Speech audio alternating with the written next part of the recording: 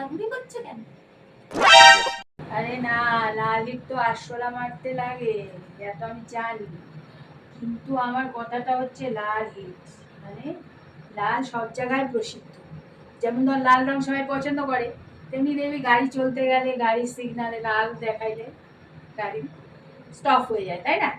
সেরকম এইটা দিলে পরে আরশোলা দেখবি স্টপ হয়ে যায়, মানে আর চলে না।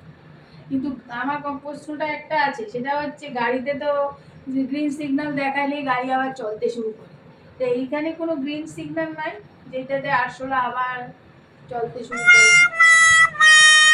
এই গরমের মধ্যে এইসব কথা শুনে আমি আরো পাগল হয়ে যাচ্ছি। আর শোনা নাকি মরে গিয়ে আবার চলতে শুরু করবে।